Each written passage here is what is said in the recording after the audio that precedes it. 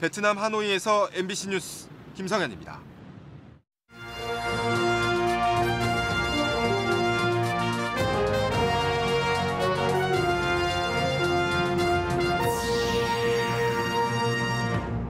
김영환 지사가 친일파 발언으로 논란을 일으켜 죄송하다고 사과했습니다. 정부의 강제징용 제3자 배상안에 대한 지지 입장은 유지했습니다. 인구가 감소하고 있는 청주 서원구에 신규 택지 개발이 추진됩니다. 개발 기대가 높은데 이주 불안을 호소하는 목소리도 나옵니다. 만 4살 반 아동이 교사에게 맞는 장면이 어린이집 CCTV에 잡혔습니다. 경찰과 청주시가 조사에 나섰습니다. 시청자 여러분 안녕하십니까? 계속해서 충북 소식입니다. 친일파가 되겠다는 발언으로 여론의 문매를 맞은 김영환 충북지사가 결국 사과했습니다. 친일파 표현으로 논란을 일으켜 죄송하다고 했는데 정부의 강제동원 제3자 배상에 대한 지지는 변함이 없다고 말했습니다. 정재영 기자입니다. 논란의 친일파 발언 열흘째, 충북도청에선 찬반 집회와 시위가 잇따랐습니다. 고엽제 전우회 등 9개 보훈단체가 김영환 지사 발언을 옹호하는 집회를 열었고 지금의 반발은 말꼬리 잡기, 억지, 비판을 위한 비판으로밖에 볼 수 없습니다. 비슷한 시각 김 지사의 사과를 촉구하는 18개 시민사회단체의 규탄 집회도 진행됐습니다. 반어법이라는 말조차도 잘못 이해하고 있으면서 반대로 다른 분들이 반어법을 모른다는 식으로 덮어씌우기 하는 그런 것은 변명이라고 할 수가 없습니다. 정부의 제3자 배상안을 일본이 받아들여 한일 정상회담이 열린 날 김영환 지사는 결국 사과했습니다. 친일파라는 민감한 표현을 써 오해의 소지를 만들고 도민께 걱정을 끼친 것은 불찰이라며 논란을 일으켜 죄송하다고 말했습니다. 도정에 차질을 빚게 한 것도 100번 사과해야 될 일이라고 덧붙였습니다. 사과할 문제가 아니라던 당초 입장을 바꾼 이유에 대해선 논란 확산을 예상하지 못했고 대통령 방일 일정에 부담을 줄 가능성 등을 고려했다고 설명했습니다. 다만 제3자 배상안에 대한 지지엔 변함이 없다며 자신의 사과는 발언이나 글 전체가 아니라 단어에 대한 것임을 분명히 했습니다. 저희 주장에 한치의 흔들림도 없고 그런 역사의식에는 변함이 없고요. 그 친일파의 표현에 대해서 국한해서 또 그것으로 인해서 도민들이 걱정하고 있는 문제에 대해서는 저는 그걸 사과로 받아들였습니다. 일본의 사과와 참회를 구걸하지 말라고 한 표현도 논란될 일이 아니라고 일축했습니다. 일본한테 우리가 구걸한다는 게 아니라 우리는 당당하게 우리 주장을 해야 되고 일본이 그걸 반성하지 않는 것은 일본의 책임이라고 제가 말한 것이기 때문에 그건 뭐 사과할 내용이 아니라. 자신을 비판한 이모선 민주당 도당위원장에 대한 고소 계획을 철회하고 개인 SNS는 절제해서 신중하게 쓰겠다며 마무리한 김영환 지사. 일부 표현만 사과한 데다 또 한 번 지지를 강조한 제3자 배상안을 두고 여론의 찬반 갈등을 진행형이라 그의 사과가 어떻게 귀결될지는 미지수입니다. MBC 뉴스 정재영입니다. 청주에서도 지속적으로 인구가 감소하고 있는 서원구에 신규 택지 개발이 추진됩니다. 미개발 지역으로 오래 남아있던 터라 개발 기대가 높은데 이주에 대한 불안감을 호소하는 목소리도 있습니다. 조미애 기자입니다. 청주시 분평동과 가마지구와 맞닿아 있는 장성동 일대. 27만 제곱미터 규모로 2026년 준공을 목표로 신규 택지 개발이 추진 중입니다.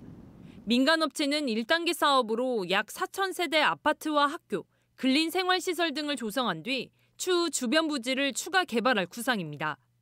지난해 토지 소유주의 3분의 2 이상 동의를 받아 청주시에 제안서가 접수돼 조건부 수용됐고 현재 청주시는 구역 지정 및 개발계획 수립안에 대해 관련 기관들과 협의 중입니다.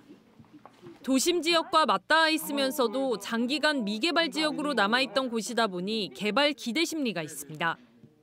지역 약간 소외된 장성동이었고, 그래서 개인적으로는 빨리 좀 개발이 돼서 조금 더 저 서원구가 좀 발전되는 어떤 모습들이 좀 보여줬으면 좋겠다. 이제 이런 차원에서 기다렸던 사람. 하지만 해당 부지의 거주민이나 상업인 중에는 이전에 대한 불안과 대책 마련을 호소하는 경우도 적지 않습니다.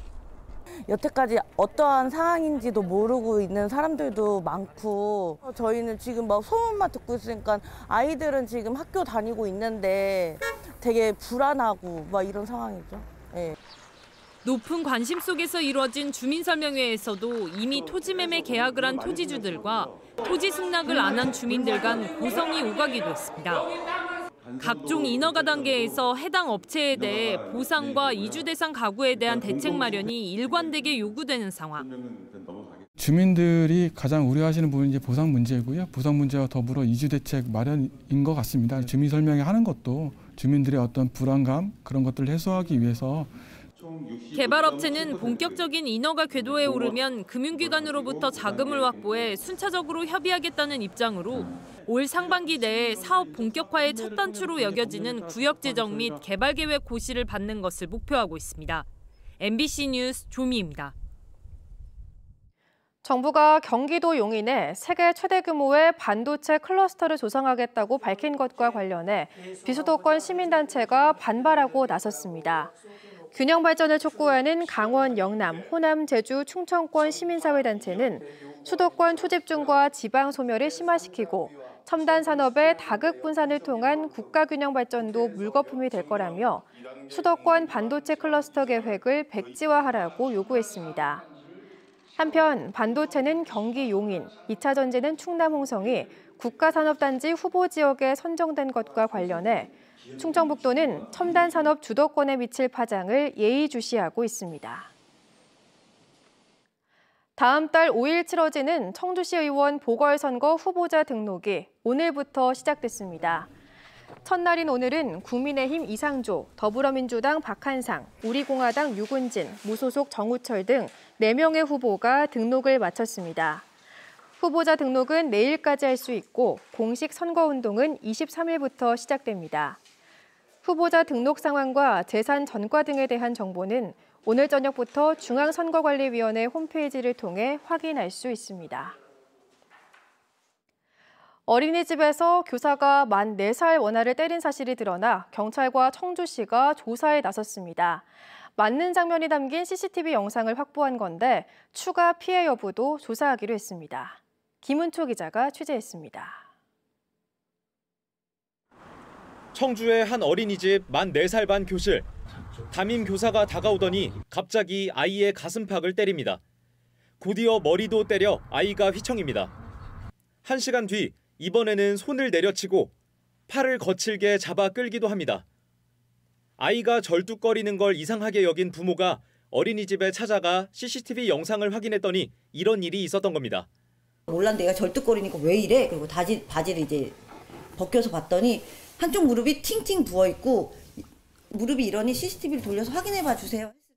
아이는 지난해 교통사고를 당해 뇌수술을 했었고 올 여름 재수술을 받아야 했던 상황. 부모는 평소에도 머리를 다치지 않게 신경 써달라고 당부했는데 오히려 때렸다는 사실에 분통을 터뜨립니다. 아이들끼리 부딪혀갖고 혹시라도 머리가 잘못되면 큰일 나 선생님. 제가 계속 얘기했고 이게 지금 그렇게 다 아물어 있는 상태가 아니에요. 때린 이유를 묻자 해당 교사는 아이가 바닥에 낙서를 해서라며 죄송하다, 절대 해서는 안 될 행동을 했다고 아이와 부모에게 사과했습니다. 피해 아동 부모는 아이를 더 이상 어린이집에 보내지 않기로 했고 해당 교사를 경찰에 신고했습니다. 경찰과 청주시는 어린이집 측이 관리 책임을 충분히 이행했는지 조사하고 CCTV 영상도 더 확보해 추가 피해 여부도 들여다볼 계획입니다. MBC 뉴스 김은초입니다. 공군사관학교에서 생도가 숨진 채 발견돼 군 당국이 수사에 나섰습니다. 공군사관학교 측은 어젯밤 10시 반쯤 생활관에서 4학년 생도가 숨진 것을 동료 생도가 발견했으며 군사경찰과 군검찰 등이 조사하고 있다고 밝혔습니다. 군 당국은 극단적 선택 가능성 등을 열어두고 정확한 사건 경위를 수사하고 있습니다. 신임 경찰 교육기관인 중앙경찰학교에서 제기된 집단 괴롭힘과 관련해 312기 교육생 4명이 퇴교 처분됐습니다. 중앙경찰학교는 4명의 남성 교육생이 집단으로 다른 교육생을 괴롭힌 정황을 확인해 교육운영위원회를 열어 모두 퇴교 처분했다고 밝혔습니다. 퇴교 처분은 교칙상 가장 무거운 징계로 이의 신청 없이 행정심판이나 소송을 통해서만 무효를 주장할 수 있습니다. 중학생들 사이에 성폭력 사건이 발생해 경찰이 수사에 나섰습니다. 충청북도 교육청은 지난달 한 중학생이 다른 지역 학생들에게 성폭력을 당했다는 사안을 인지해 경찰에 수사 의뢰했다고 밝혔습니다. 해당 교육지원청과 학교 측은 학생 피해 구제를 위한 지원 방안을 논의하고 있습니다. 경찰이 교육계 블랙리스트 논란을 둘러싸고 개인정보보호법 위반 혐의가 있는지 재차 들여다봅니다. 충북경찰청 사이버범죄수사대는 도교육청과 단재교육연수원이 강사진 명단을 주고받는 과정에서 개인정보보호법을 위반한 혐의가 있는지 관련자 8명을 조사해달라는 수사 의뢰가 접수됨에 따라 조사하고 있다고 밝혔습니다. 앞서 한 시민단체는 처음 의혹을 제기한 김상열 전 단재교육연수원장을 개인정보보호법 위반 혐의로 수사해달라고 고발장을 접수했지만 경찰은 불송치 결정을 내렸습니다.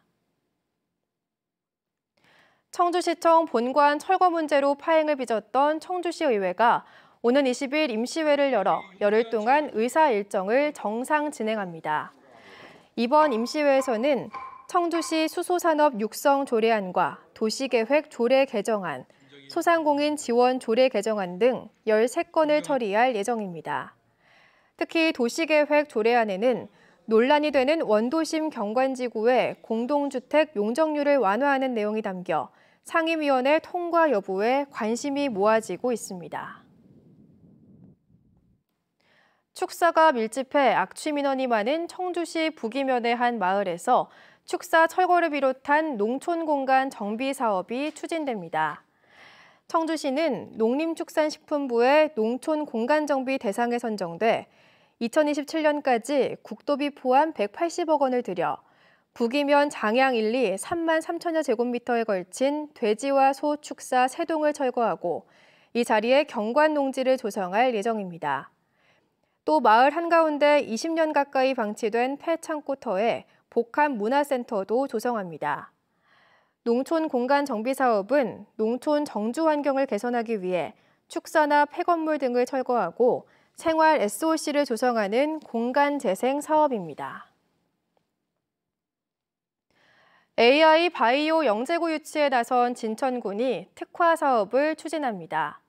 국제문화교육특구 지자체인 진천군은 올해 7억여 원을 들여 초중학교 AI 영재학급 운영과 창의 미래교육센터의 코딩 디지털 체험, AI 영재 페스티벌 등의 사업을 추진합니다. 카이스트 부설 인공지능 교육센터와도 인재 양성에 협력하고 있는 진천군은 올해 29억 원을 투입하는 K-스마트 교육과 접목해 AI 기반 교육을 강화할 계획입니다. 다음 달 식목일을 앞두고 청주시가 나무 나눠주기 행사를 개최합니다. 청주시는 오는 24일 오전 10시부터 무심천 체육공원에서 매실과 대추나무, 산철쭉, 작약 등 7종류의 묘목 3만 6천 그루를 한 사람당 9그루씩 무료로 나눠줍니다. 충북 소식 마칩니다. 고맙습니다. 한국생명이 감독 경질 파문 속에서도 4시즌 만에 정규리그 우승을 확정지었죠. 이른바 김연경 효과로 성적과 구단 흥행,